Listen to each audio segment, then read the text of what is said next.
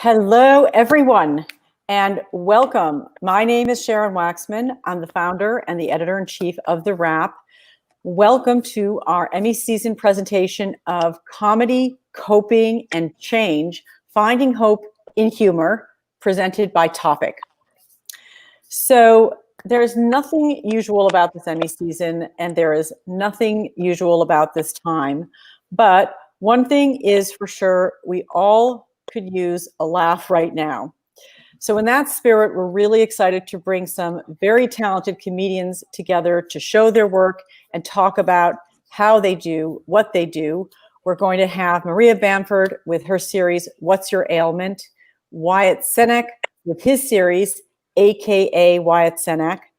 Tyler Davis with a series of quarantine shorts, The Last Show Left on Earth.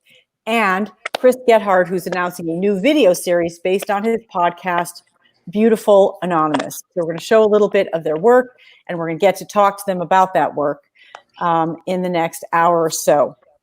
So before we get going, just a few housekeeping notes. Many of you have been on our webinars and our screenings, probably know by now. We're going to be talking to our panels for about 30, 40 minutes, 35 minutes in there, and then we will have questions. So you have a place you can write your questions in the comments section to the right of your screen, and our moderator will post the questions as we get to that part of the conversation. And, you know, we're welcome to have, you know, just tee them up, and we'll give you sort of a little heads up when we're ready to sort of move to that portion of the chat of the conversation. Today's panel is brought to you by Topic, a new streaming service which features great original programming like what you're going to get to see here today, along with more comedy, dramas, and stories from around the world. And if you are signed up for today's panel, you will get a promo code for 2 free months of the service, which I really recommend. It's really great. So before we get into the conversation, here's a quick look at some of Topic's great content.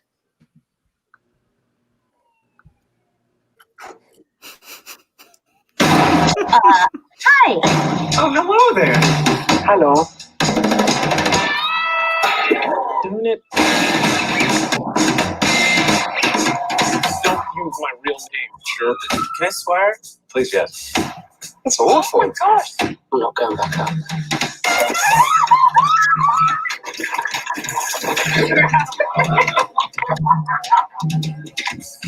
Oh, dude, what are you doing? All right, I'll just ask the question. Might be awkward. How funny am I now? Oh. All day long. Am I out of frame? No. Oh, Okay, welcome back. It's my pleasure to introduce our guests, Maria Bamford, Wyatt Cenac, Tyler Davis, and Chris Gethard. Welcome. So, Hey. hi, how are you doing? From all over the country. Yay. All right, so you guys are so super cool. You've got to give me a minute to read, tell our audience who you are. So I got to read your bios because you're so incredible, each one of you. So I'm going to start with Maria. Maria is revered for her deeply personal and experimental comedy about mental illness. She brings her unique brand to the Topic original series, What's Your Ailment? With Maria Bamford, and in which she sits down with fellow comedians and artists who share their funny, moving, and candid experiences with mental health. She's the star of 3 stand-up specials, Weakness is the Brand, Old Baby, and Maria Bamford, the special. You will recognize her voice from prolific voiceover work and her face from seeing her on shows from Arrested Development to Fresh Off the Boat. Welcome, Maria. Thank you so much. Thank you for having me. Yay. Wyatt Cenac is based in New York, as you will see from him sitting on his stoop in the city. From 2008 to 2012, Wyatt was a writer and a correspondent on the Comedy Central series, The Daily Show with Jon Stewart, where he earned three Emmy Awards and 1 Writers Guild Award. Wyatt starred in his own satirical docuseries for HBO, Wyatt Cenac's Problem Areas, whose first season can now be seen for free on YouTube. Welcome, Wyatt. Thank you.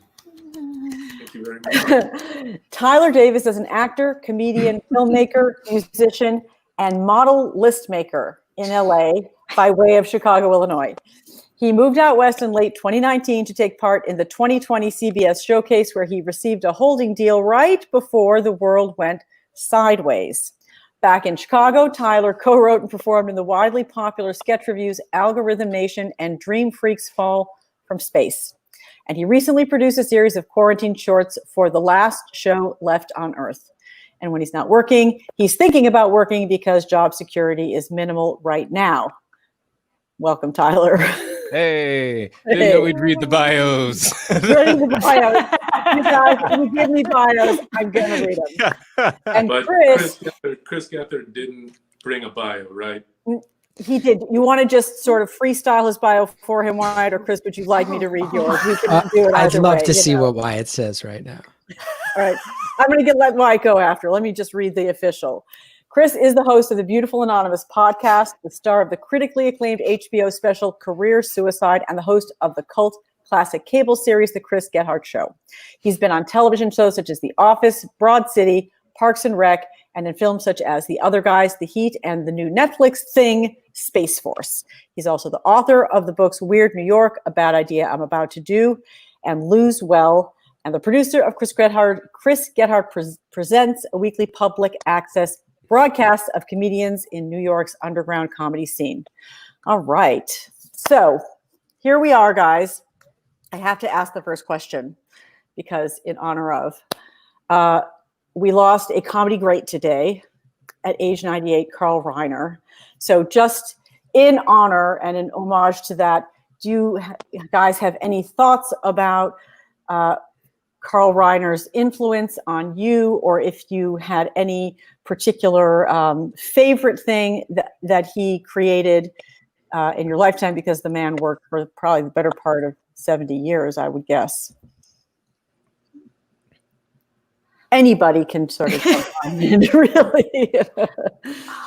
I mean, it's so hard because he really, he's one of the people who set the bar for what comedy on television and in movies is. I mean, he was in the writer's room of the Sid Caesar show. Like, when you're that embedded in the history of comedy, it's kind of hard to point to one thing. And instead, I think I would just have to say, like, thank you to him for being one of the people who kind of established what the medium of TV can even be when it comes to comedy. Mm-hmm. Yeah. I don't know anything about comedy history. So this is the sad state of affairs. I grew up watching The Love Boat, and that's all I know of pop culture. I'm so sorry. And I did get to meet Carl Reiner. He would come out to shows here in LA. So really, and he was a lovely man to come out to. To come out and stay for an entire stand-up show when you're over 90, much less in your late 30s. Yeah, kind man. Yeah, that's very classy. He was tweeting up until yesterday. I mean, he was tweeting about the Black Lives Matter movement. He was tweeting about Trump. He was incredibly engaged. The last photo I saw of him was him, his daughter, and Mel Brooks in Black Lives Matter t-shirts, which is kind of amazing.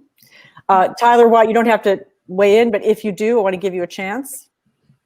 I mean, going off of something that Maria was saying, I think it would be very easy for someone with the career and the accomplishments that Carl Reiner had to just kind of disengage with present day comedy and with the times. And I think what it feels like, I never got the opportunity to meet him, but it feels like what is interesting about his legacy is that he continued to want to be curious and be aware of the people who were doing comedy, who, to Chris's point, were kind of like taking the baton that he had handed off. And so there is something that's, I feel like that's very rare, that you find any older comedians, much less a 90-year-old, who would say, oh yeah, I'll invite Nick Kroll and John Mulaney to come and spend the day with me, or I'll go see Maria Bamford do stand-up, you know, and so I feel like that's a really just a testament to who he is as a person, that he would want to continue to engage with that as opposed to just be comfortably rich. Yeah. Yeah. Tyler, did you know Carl Reiner's? I mean, I know Carl Reiner. Who knew Carl Reiner? He was 98 and lived where he lived. But did he have an impact on you at all, as in comedy, or what do you think? I'm kind of in a similar boat. I don't have a huge knowledge of comedy history. I think that it's very admirable for someone to, again, kind of like what Wyatt said, just to not rest on your laurels and to continue to try and push the medium forward. Yeah, but I mean, having said that, I'm not too. I gotta watch some films. Yeah, I mean, I think that's the invitation, is like when somebody passed away, really, it's like, okay, it's a reminder we all got to go watch some of those amazing things that he did. And also, you know, we can watch old, you know, was it Dick Van Dyke Show, and all the things that he did. And the hardest thing, it seems to me, to translate over time and also across cultures is comedy. What you guys do, it is just, you know, it's so hard to know whether it's going to stand up over time. It usually doesn't, actually, but I feel like Carl Reiner's work will probably last longer than most comedians. You know what I mean? But let's talk about your work. I want to start with Maria. You have a really hilarious series on topic. I watched most of them. They're really short and they're really brilliant, and they deal with mental health. Before you address sort of where that came from, let's just show a quick clip, and then we can you can talk about where the series originated with you. Here we go.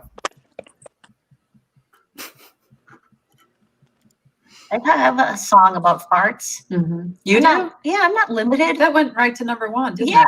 it? Congrats. Well, it was in Japan, but you know, that's a big market. I know. Oh my God! Oh, You think so my hit song "Cancer Titties" didn't skyrocket in Japan? Cancer Titties in the dumpster. We're in Hollywood. Yeah. No, I always tell people that, because when people are like, where are they? I'm like, I just assumed a doctor just flung them into an alley in Hollywood and there's rodents fighting over them. And I'm good with that. I think they're in a jar somewhere. I think they keep the tumors Check them out. Yeah. Some perverted doctor is staring at my tumor-riddled, gorgeous tumors in a jar. Look at these.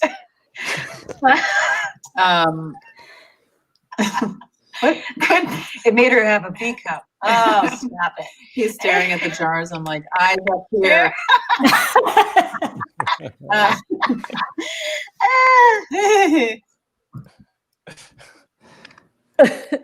So Maria, thank you for that. Talk to us about where the idea for this show came from. Well, and I think this is an important thing. I would love to put out to everybody here on the panel about where to get mental health care, especially right now. That there isn't. There's a lot of terrible healthcare out there, and so I thought, well, what's probably the shittiest form of mental health care would be to just make a series about it and interview comedians. It's relatively inexpensive to buy intotopic.com, and then it might be a shorter wait than the free clinic, or something to watch while you're at the urgent care psychiatric unit. Yeah, so that was the idea. I mean, you've been writing. I mean, it's actually funny, but are we allowed to laugh at mental health? I don't know. You're giving us permission.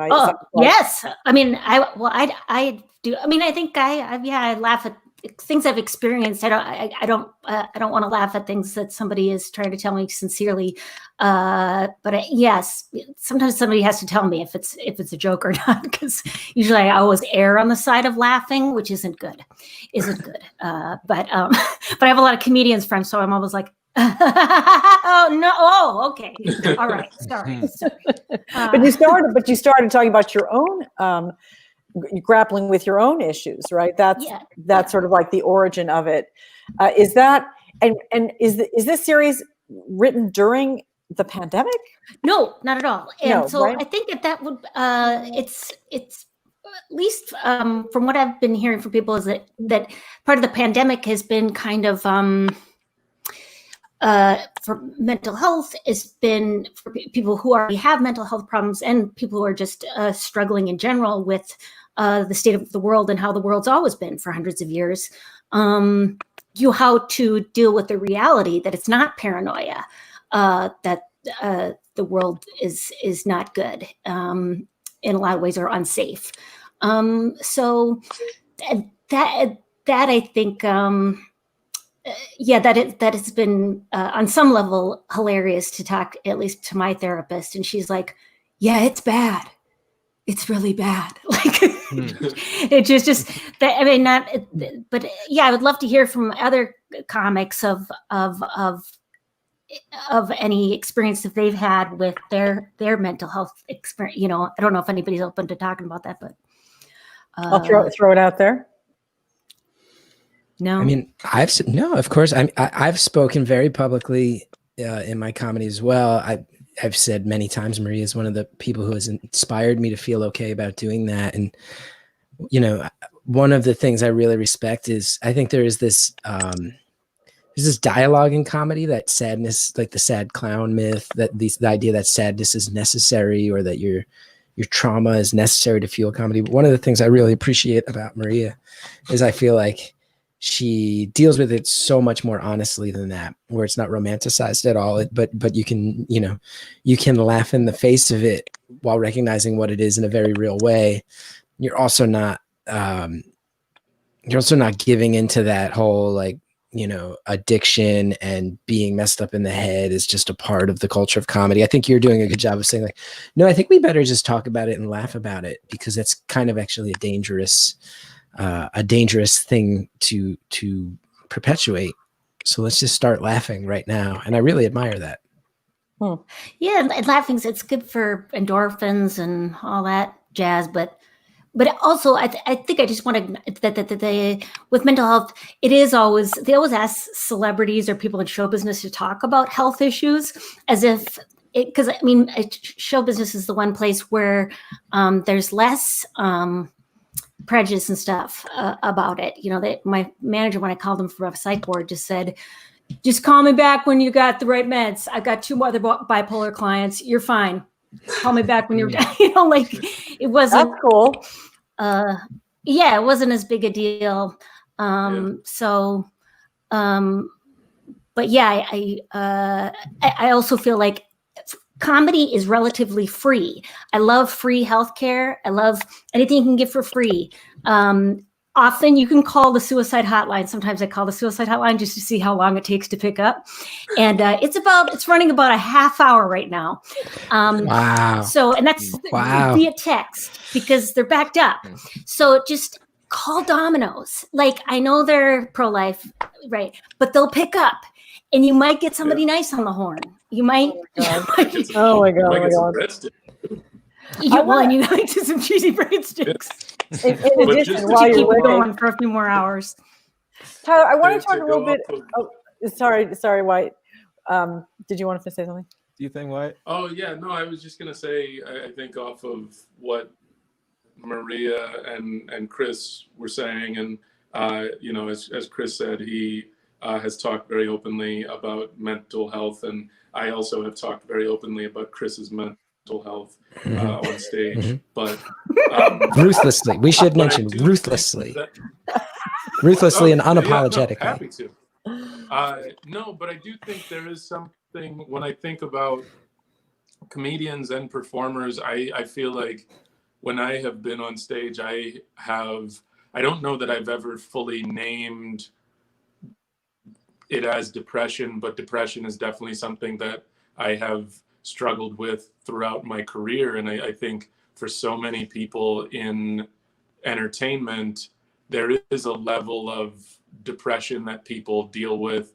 And because of the highs and lows of it, you have times when you're working and things are great. And then you have times when you aren't working and you're worried about, paying rent and doing all those things. And so I think as a career path, it's one that puts you into places where you're going to be more vulnerable, and where taking care of your mental health is something that is really important, and being aware of it and in check with it. And so I think the ability to talk about it on stage, if anything, it can hopefully normalize those conversations in a way that is like, I think we have gotten to a place where it's a little easier for people to talk about health from a fitness standpoint, as far as like their physical fitness.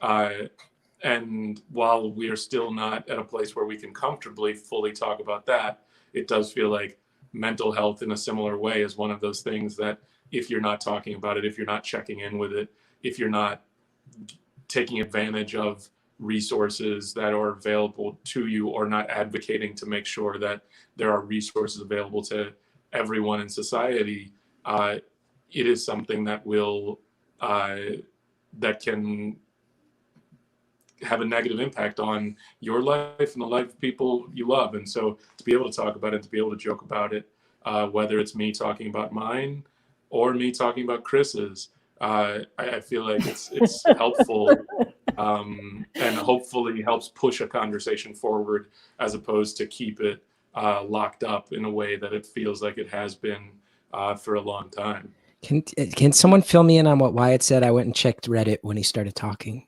Uh-huh. Oh, don't worry. It's fine. Well, why, is this something that you're using in your work in the way that Maria's using it in her work? Or is it like the work is the antidote? I love this series first of all of you who are comedians are doing things that are often so confessional and so personal. Like it has to be, you're the writers and you're the performers in most cases. So you're out there kind of in a way, making yourself vulnerable in a great way, in a way that other people may not be so much if you're just an actor and reading lines, or if you're just a writer and somebody else is reading your lines, right? So can we talk a little bit about this series that you're writing, or that you wrote? And I'd like to show a clip from your series as well, and where it's coming from, and sort of what is the framework that you're writing in for this series. Wyatt, that was to you. Oh, sure. Oh, that's right. Sorry, that wasn't clear. Yeah, no, I was talking to Wyatt, but yeah. Sure.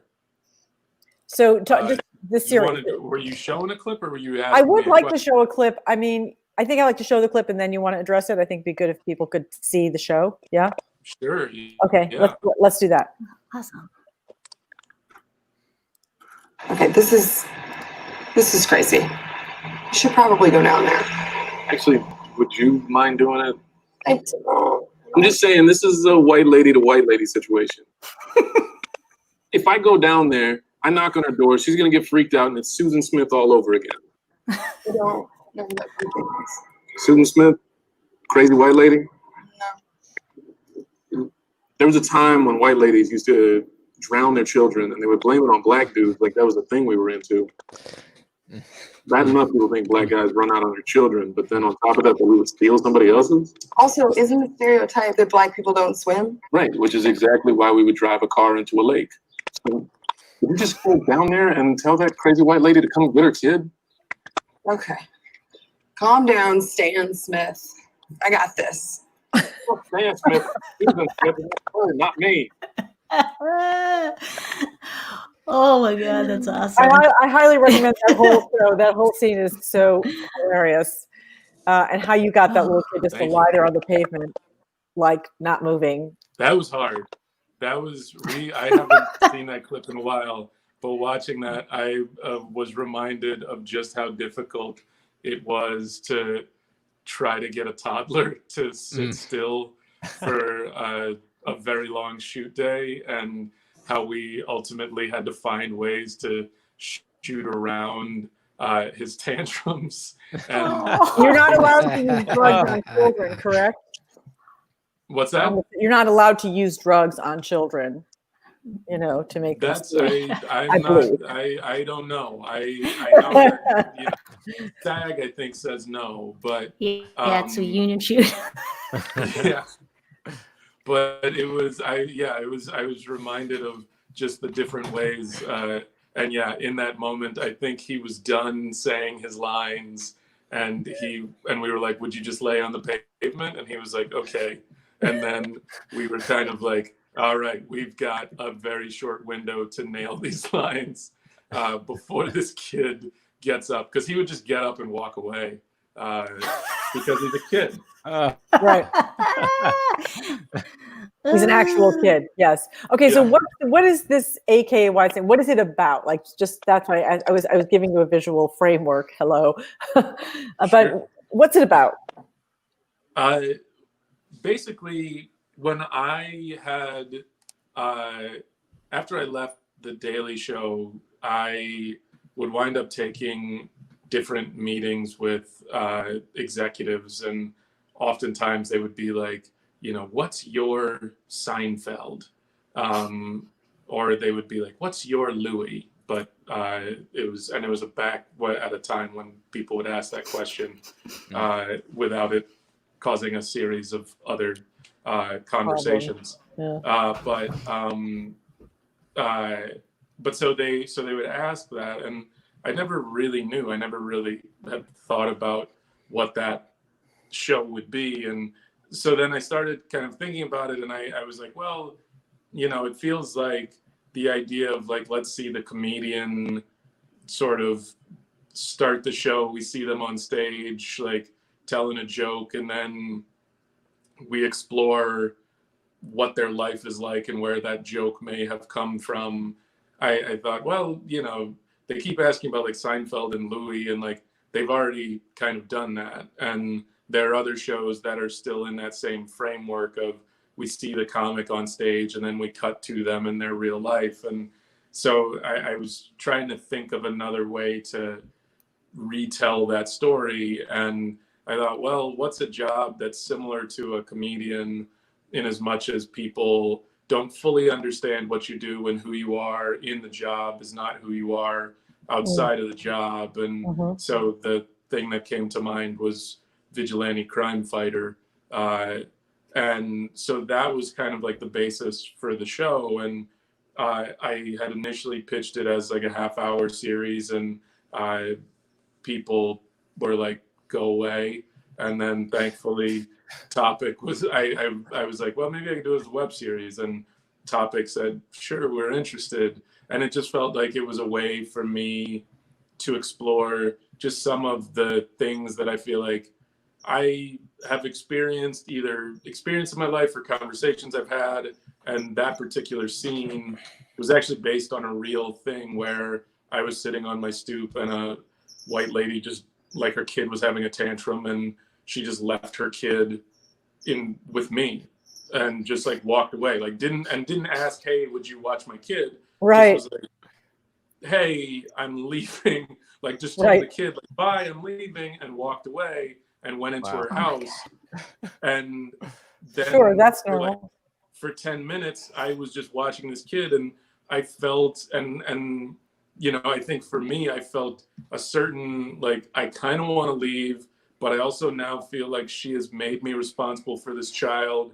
Right. But there's this strange thing of like, there is like a dynamic here of, this is not my child. This does not look like he could be my child. I don't know. Like, there is some sort of a privilege that this person feels they have, that on this street in Brooklyn, they can just leave a child and the neighborhood will provide daycare. And so I wanted to kind of like explore those things. And so it felt like it was I'm grateful that Topic gave me the opportunity to hire a child actor who threw a bunch of tantrums in Bedford, in Bed-Stuy. In Bed-Stuy. So the part that for those who haven't seen Wyatt's series, he does the part you're not seeing is him dressed up as a superhero vigilante with a full-on mask and like tying up criminals in his neighborhood in a unusual and quirky, idiosyncratic, only you could do kind of way. And it's really worth seeing just to check out how you tie up criminals while buying them beer or whatever it is that you do for them.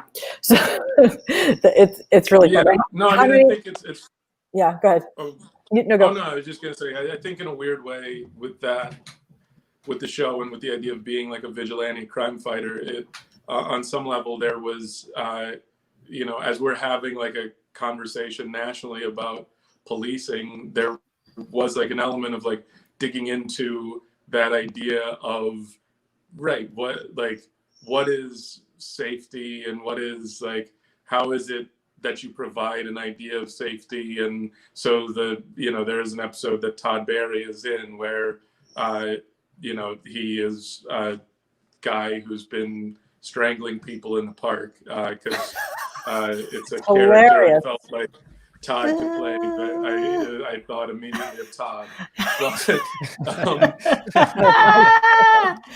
But there was something about like, being able to kind of like have the humanity that exists of like, oh right, yeah, this is a person and they have, they want chips, and what that is to kind of like just sort of go beyond simply they're a bad guy or a villain, and like, all right, who are they as a person? And so that's great. That felt like a little bit of the fun to kind of like play with those types of things and those ideas. You shot this like last year, I'm gonna guess?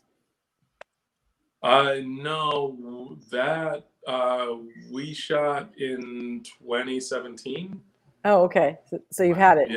Yeah, that's cool. So Tyler, let's talk about your series, because your series was done in quarantine, correct? Yeah. All right. Before we talk about it, let's take a quick look at it. What day is it? They're all bleeding together. It can't be Tuesday, because I remember Tuesday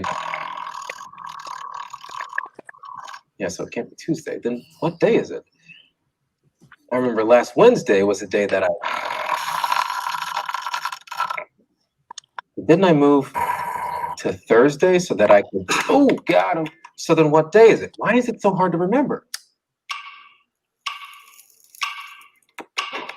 Come on, man, what day is it, okay? I remember Friday was the day that I picked up. But that was also the day and then I can't go to the hospital. I can't go to the hospital. I can't go to the hospital. I can't. But that could literally be any day of the week, which brings us back to where we started of what day it is. Okay, so Saturday so Sunday I all fixed, but then what? Oh, God, why are the days getting so weird? Come on. Oh, that's great. That's so fun. That's like 60 seconds of like telling us what, speaking our pain, our quarantine pain. Yeah. I mean, like the show kind of came to me while it was kind of already in production, and one of the head writers or the producers on it was like, do you want to add to this? And I made that Instagram piece that saw Wyatt, and really listening to Maria and Wyatt talk about how much planning and thought that they put into their pieces kind of makes me be like, oh damn, because everything was just the week of. And so I had an idea. I didn't know if it was like, if there was any legs to it, but I knew that I had to turn in something by Wednesday night. and sometimes I didn't make the Wednesday night deadline. I was turning it in on Thursday morning, but it really was just kind of like this opportunity because I like music. I've been toying around with filmmaking, and it was an opportunity to just like try out all of these different skills kind of in one project. And it was also great because Topic had already bought into the idea of the show. It was just like a bunch of disparate like sketches. So they had already I'd already gotten signed off to just do what I wanted to do. So I just made it how I wanted to. And yeah, it was just very, I don't know. It was great. It was also a very different time at the time. Very different from right now. Yeah. Because of all of the protests and stuff like that, you mean? Yeah, I'm not making those videos right now. Yeah. Well, Yeah. but I mean, that's just it's still a crazy short turnaround time. And you're doing this literally, it's not possible. You must have had like a camera, somebody to operate a camera and all that kind of stuff, right? Well, a lot of those shots are locked off and stationary. It was just a tripod. A lot of that, I mean, that opening shot of like, what day is it? My apartment or my house that I live in has like a removed garage. So I would put a ladder up and I ran up there and I would sit down and I would do my lines where I think it worked, and I would come back down and I watch it. And it's, wow. Describing it back, it sounds too much, but yeah. It looked a lot better than what you're describing. Yeah, my God, it looked great. It looked fantastic. I'm shocked to hear you were scrambling up a ladder as part of that. Oh yeah. Big SD cards, a lot of memory, a lot of space for the times in which I'm just like walking up, and then I'm like wearing like a lav mic at the time, so you can hear me just like going up the ladder for the 8th time. Like, wow, that's super impressive. I just also like, I have to like hats off. I'm a huge fan of really short content because I think it's so hard to pull off. It's like such a discipline. You have to be so kind of brutal with what it is you have to say, either as a writer or as an editor. So, you know, we do a shorts festival, which is going to be on in August, the short list. And I'm always arguing for the shorter pieces. So Tyler, your pieces, and Maria, your pieces too are also, Maria, your pieces are like 3 minutes or like 2.5 minutes. Like you tell a very elaborate. Let's make them shorter. Am I have it wrong for 4 minutes? They're short. They're pretty short. Yeah. No.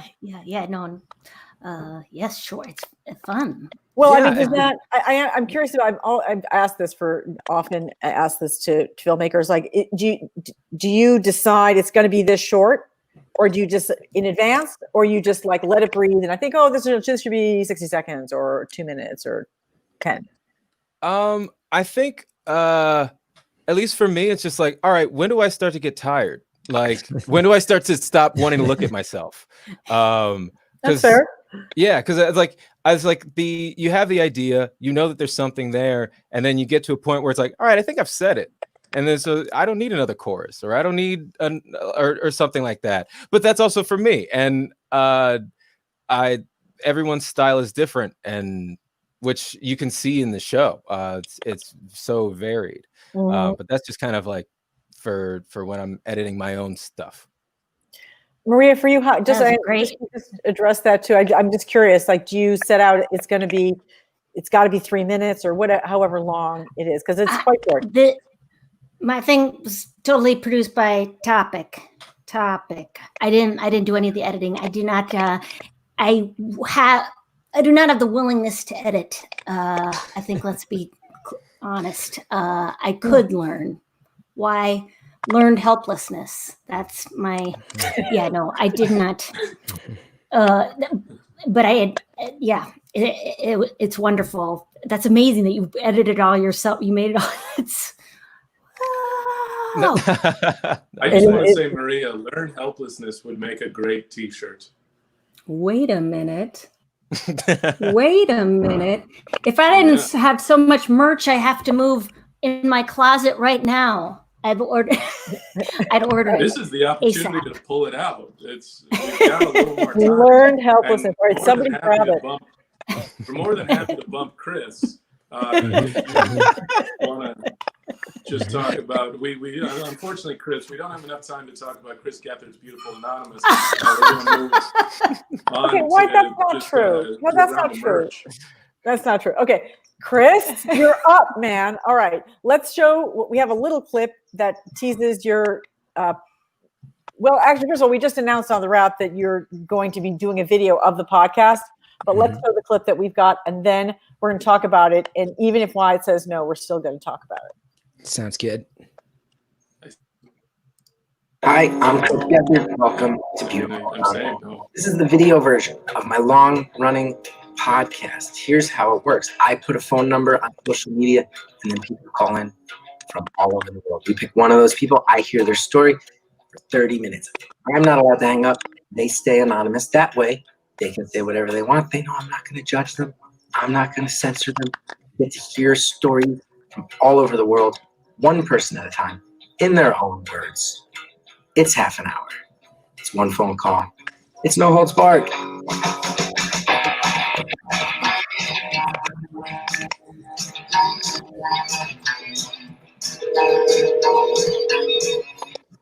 Thank you for calling Beautiful Anonymous. If you like short content, you're gonna hate. You're gonna hate what I do. If you like short content, it's rather long and sprawling. That's cool too. If it's everything has its own, it has to fill its own organic space of whatever it's meant to be. So, where did this podcast idea come from? Well, there's a company called Earwolf, and they're Los Angeles based, and they use a lot of comedians and a lot of improvisers. And when they were expanding to New York, I was one of the people they reached out to out of the gate because I think culturally I was a good fit. I came up in the same scene as a lot of their people who had migrated to LA, and they asked me if I had any ideas, and I think they were thinking like, oh, like another sort of improv base, maybe people doing funny characters. And I said, actually, I just want to tweet out a phone number and just talk to whoever gets on the line for an hour. And they very rightfully were like, that seems like a bad idea. It's an hour long. It's anonymous. Like, what are you talking about? Nobody's attention span. At that point, it was 2016. Like, no one's attention span will say, I'm going to sit and listen to two people talk for an hour. But I'd been doing a lot of work where I had a TV show for a while, and we took a lot of calls. And TV show is like pretty absurdist and pretty experimental and kind of really out there intentionally. But what I found was as I was getting older and I was maturing, the phone calls and talking to people was becoming the most interesting and fun part. As I was like less interested in, like, there's an episode where Wyatt and I dressed up as ducks and they were up on ropes as viewers called in and could, try to hit us with volleyballs like human duck hunt. Like, we're doing stuff like that. And that just became, as I got older, that became like a little bit less of an interest and more like, oh, who's this person on the phone who's actually trying to connect with me? So it was fun though, because I think Earwolf came back to me about 4 times. And they were like, do you have anything else? And I was like, no, I just want to do the phone call thing. And then finally they were like, all right, let's do a pilot.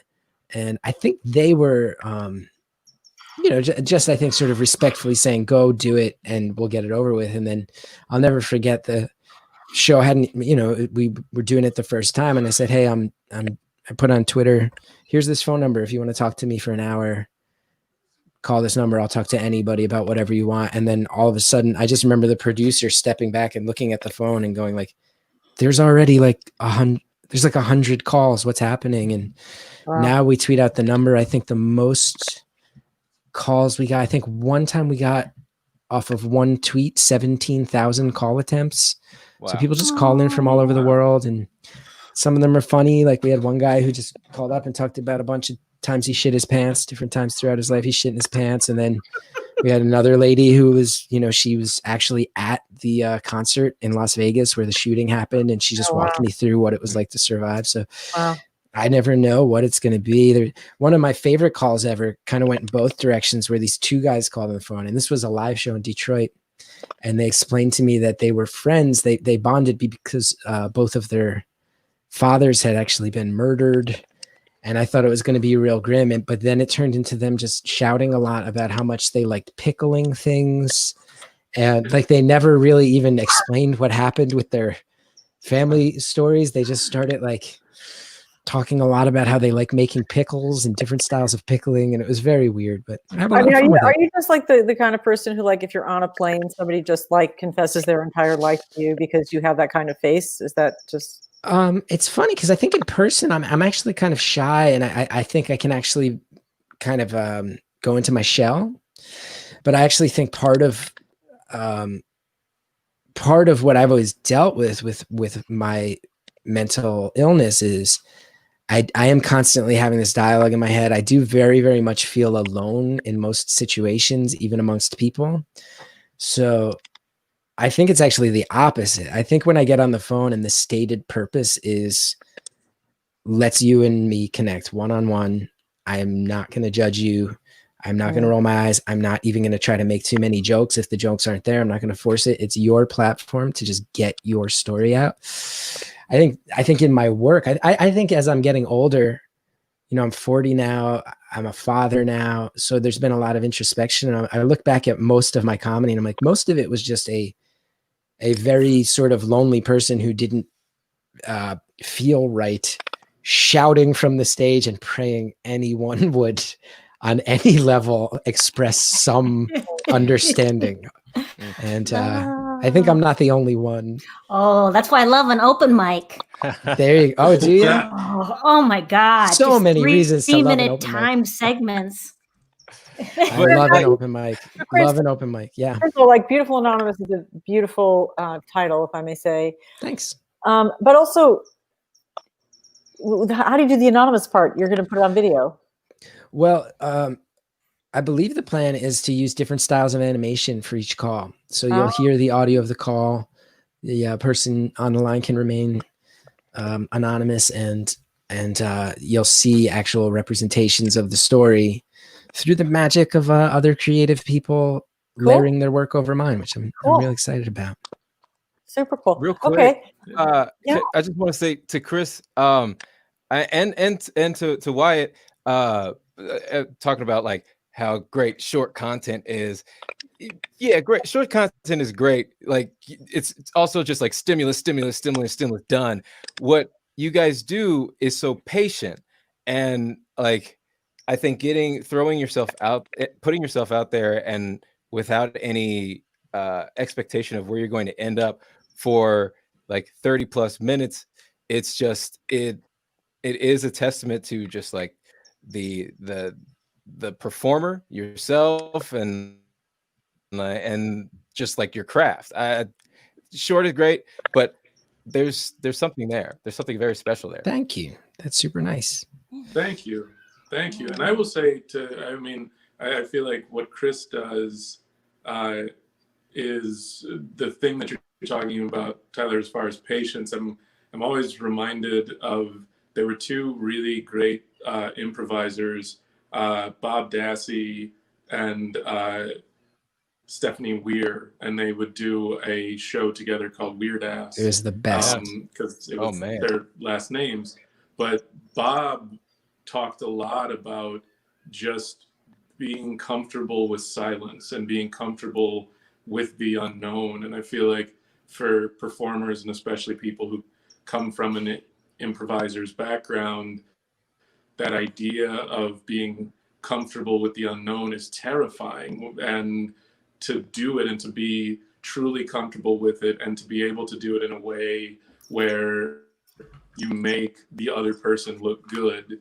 I give Chris a lot of shit, but I think what he is so gifted at is that ability to be both a patient scene partner and make the other person look good. And in this situation, the scene being an actual conversation where someone is sharing an experience that's important to them. Well, thanks. And I it's funny we're framing it as improv because I think my show, the callers don't really always understand that I've had 20 years of experience as an improviser at the UCB when the UCB exploded in New York, and it was very, so I'm like, they don't understand that I'm just kind of using all those techniques. And I will say, you know, to Wyatt as well, like I've always felt like Wyatt and I have done many shows on stage together where I've watched you show no hesitation to take your time. If the audience gets uncomfortable with what you're saying, you have total confidence you'll get out of it. And I appreciate both you guys saying that. And there's an old saying in improv too, which is, you know, it takes more bravery to be boring than to be funny. And I think that there's something, I think there's something that a lot of the people I respect most are willing to go to that place with their comedy. And it's, I think it's something always really fascinating and commendable. Yeah. That's great. I want to make sure we leave enough time to take some questions. So why don't we take a question from one of our listeners? Kat's going to tee us up. Zoe Tate. Hi, all. Do you think there are downsides to joking about your own mental health? Are there still stigmas within the comedy industry that comedians face after opening up? Great question, Zoe. Thank you. For me, I'm old. I've already made it. I bought this house in cash. I don't care. Nice. You know, I mean, if there's anything that I'm not being a part of because people think I'm a weirdo, I don't really care. You know, it doesn't bother me anymore. Yeah, it's a bummer. I go, oh, I wish I were lean and perfect in form and didn't have a tremor because of all the meds I'm on. But yeah, it's okay. I've run into some. Your vulnerability. I feel like your vulnerability is also a strength in a way that I don't know if you see it in the same way, but I feel like as an outsider, I feel like, you know, just personally, I admire your vulnerability, but I feel like there's something when you see a performer being vulnerable and open that reads as a sort of quiet confidence that it's almost like, you seem more confident than so many people in the room who are unwilling to be as open and vulnerable and make jokes in that way. Yeah, and I think it is a part of my personality. I love preventative honesty. Like I love, yeah. Oh my God. Yeah, no. I told you everything in my first album, so don't be surprised when I am a mess. Well, thank you for saying that. It's very yes. It is. Yeah, I also love attention. That is the dark side of that. Is that I don't mind people looking at me, even if it's for something negative. What? And also like that's it's part of whether you can joke about it because it's your own experience. But of course, you wouldn't be cool to be joking about it if it wasn't something that you're kind of joking about yourself. Yeah. Right. Yeah, I think, you know, if I'm talking about my own self, I think that's the punching down thing where it's like, I don't know, it's less, and that can be an opinion thing, you know, like to me, that doesn't always feel as, I like to joke about things that I know a lot about. But if I don't know, I'm trying to, nobody needs to hear more. I've talked a lot. Yeah. I think in relation to Zoe's question, I would say two quick things. One, as far as the stigmas go, I think there's actually a lot of people rallying around honesty lately. You know, I think you look at Maria, you look at Tig's legendary special, Hannah Gadsby. I think there's a lot of people rallying around it. I do think there's some stigma amongst comedians. I know, like my special about suicide came out 3 years ago, and about a month ago, maybe there's a podcast that came out with, and a few other comedians were just trashing me and saying I was soft and all this stuff. And but I was also like, I didn't care. And one of them I'd never even met. And then I looked up his act, and has a bunch of jokes about how like breakfast cereal commercials in the 90s were wacky. So I'm like, we do different things. And if you it's need totally different. yeah, and it's Yeah. like, and if things are slow because of the quarantine and you need content for your podcast bad enough to analyze my work from 3 years ago, fine. But that there is some of that, the rough edges and the dark side of stand-up. I think there can be some. And I think the only real downside though, because that kind of just rolls off you, I think, if you're a confident performer. And I wonder if anyone else has run into this. The one thing I will say is the amount of people who have approached me in real life or messaged me online after I spoke very openly about the severity of my mental illness, who would then show no hesitation to just tell me their darkest story, stopping me on the street sometimes, on the subway after a show. I'm selling merch and somebody stops and tells me some really dark stuff, let alone Instagram messages, Facebook messages. And that's really beautiful and flattering because it means that you have made something that people connect with and they feel safe. It's also a thing where I've felt a lot of stress and guilt at times because I don't always have the emotional capacity with my own problems to be taking on other people. So I think that's the double-edged sword. It says so much about in all of our communities that people feel more comfortable, or there's access to a comedian more than there is access to any sort of therapy or meds. Like, could you help? I mean, I've helped people via Twitter find psychiatric care in their zip code. Like, that's insane. Like, Wow. I once wound up on the phone with a fan's mother explaining to her that her son needed to be put in a mental hospital. Like that's the depths to which it's gotten at times. It's really scary stuff. And again, flattering, but like Maria said, like there's something to be said for like, my work has said most of what I have to say about this. And if you're not talking to your parents or a doctor about this, I can't help you much more. And I'm so sorry that you thought, that I can't. And it's flattering you thought I could. Or we need to get more people with master's degrees just walking the streets, like just more therapists. And that is my idea for defunding the police, is defunding the police, but then giving them long sweaters and dangly earrings and a wedge shoe. I think we've all had this thought. Okay. Well, the wedge shoe also, that's wedge shoe. That's so healing to see that.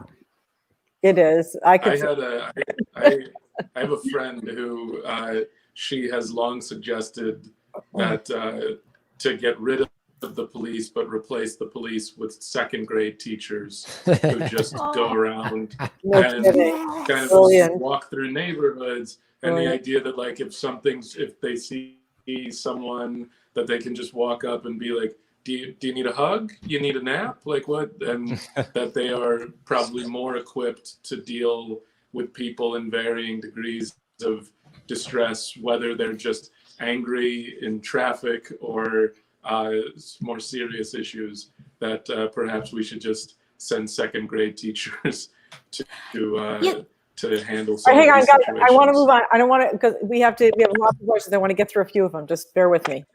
Maria, we'll come back to you. Sure. We should show Chris's clip. We did show Chris's clip. He said should not have. I know. Oh, we shouldn't have. Should not have. That's the problem. Okay. Well, you guys can tough it out, can battle it out later. Liz Kozak says, does doing comedy right now as a career feel like entertainment or a social service? Great question, Liz. Thank you. Isn't comedy always a social service? I feel like, my God, if there weren't people there helping us laugh, especially now. You guys feel like, especially now, you're doing something very necessary for? I don't know. To me, there's an element of it where I feel like, people sort of describe some comedians as like political comedians, and on some level, I feel like all comedy is political in some way, whether you're choosing to talk about something or not. And if you're choosing to talk about your life or politics or your own emotional state, that is making a choice to talk about something that is real and in the world.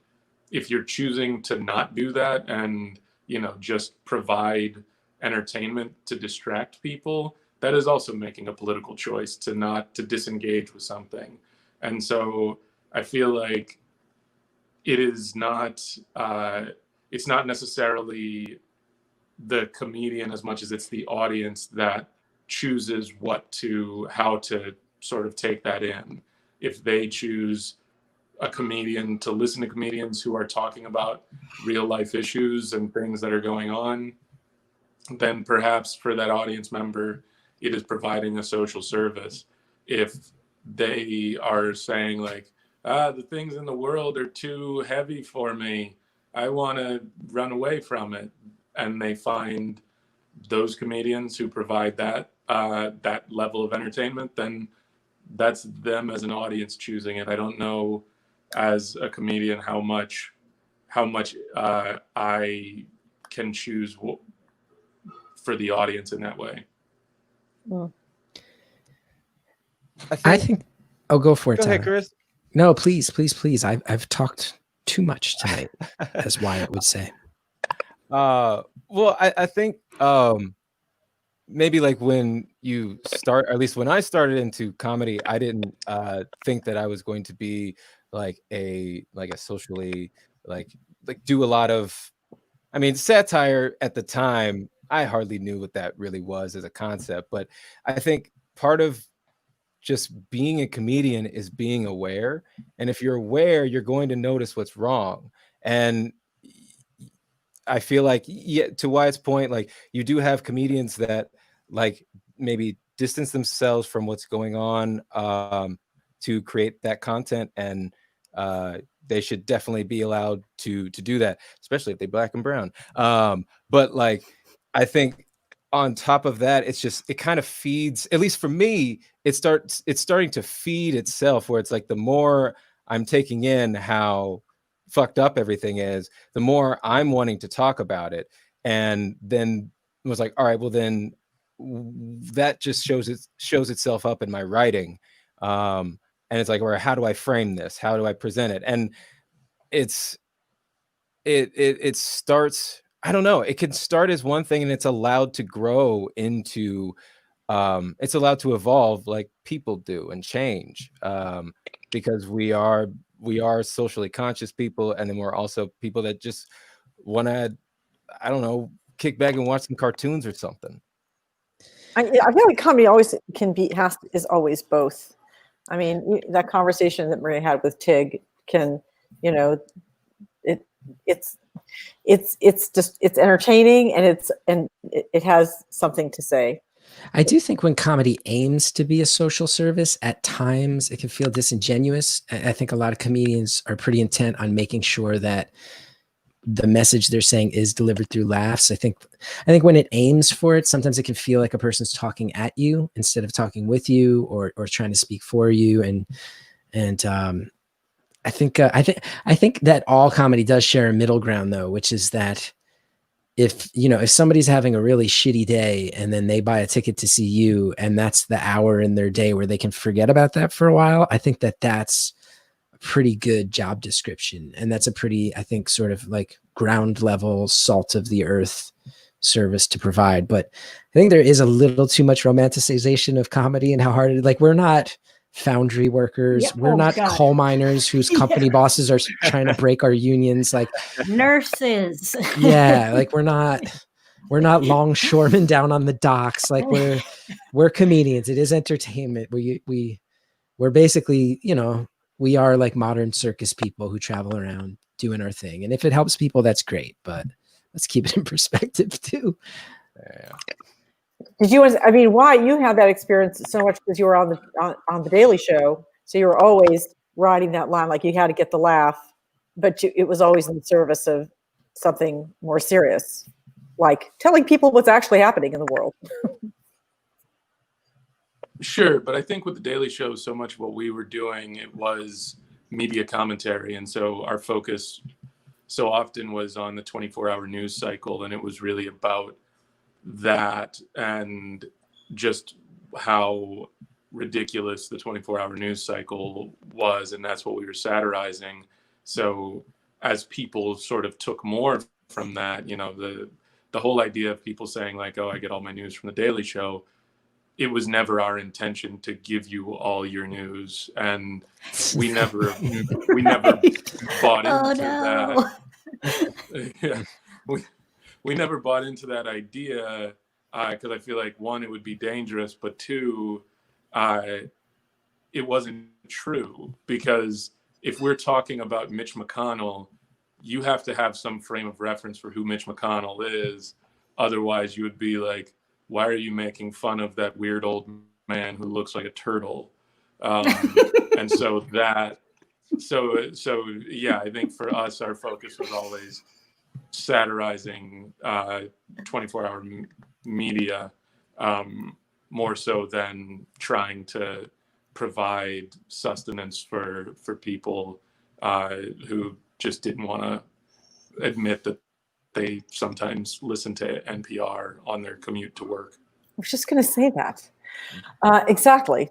Well, we could go on and on, because there's nothing actually more interesting than talking about the process of doing comedy, because it's so hard and such a hat trick, and you guys all put yourselves out there and do it.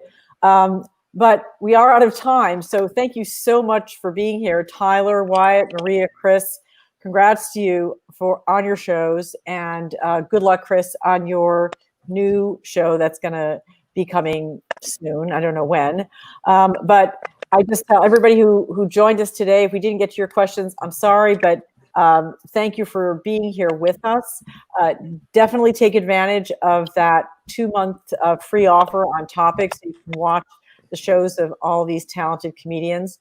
Thank you so much for being here, and we'll see you at the next Wrap Emmy season screening. Don't know when it'll be. Watch your email. Thank you to all our guests. Thank you so much.